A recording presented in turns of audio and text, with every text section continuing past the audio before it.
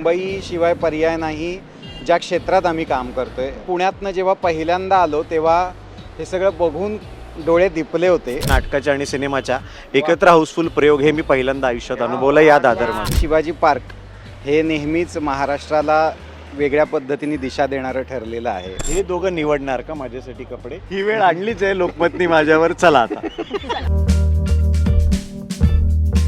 काही जागा अशा ज्या दुपारी 1 ते 4 बंद असतात पण रात्री 1 ते 4च उघड्या असतात.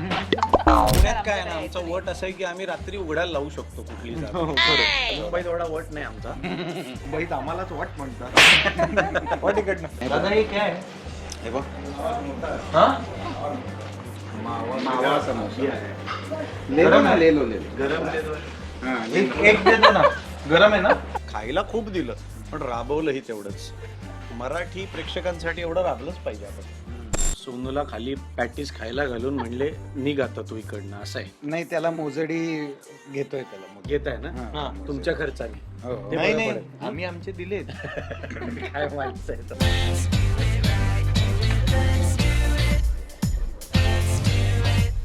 खरं तर मला एका अर्थी वाईट पण वाटतंय. मी इतकी वर्ष येऊन जाऊन आहे दादरमध्ये पण मी या मंदिरात कधी आलो नाही. एका प्रश्नाचं उत्तर येत नव्हतं. उत्तराच्या खाली लिहिलं होतं, श्री खंडोबा प्रसन्न.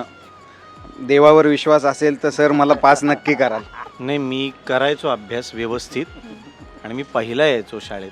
हे अशा विद्यार्थ्यांपासून मी लांब असायचो तेव्हा. हे आता हे जवळचे मित्र झालेत.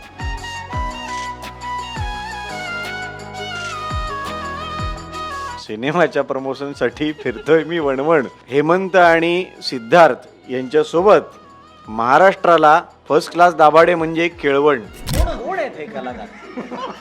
त्यांना काम येत नाही पण प्रमोशन मध्ये एवढे माहीर कसे काय? मी रोज स्वयंपाक करतो. आमचं असं म्हणजे मी जेव्हा फ्री आहे सध्या, काय काम नाही मला. एवढा बिझी असतोस तू, फोनही उचलत नाहीस कधी कधी. नाही एवढा तू बिझी असतो. मी जेव्हा मी फोन उचलत नाही कारण मी घरची कामं करत असतो.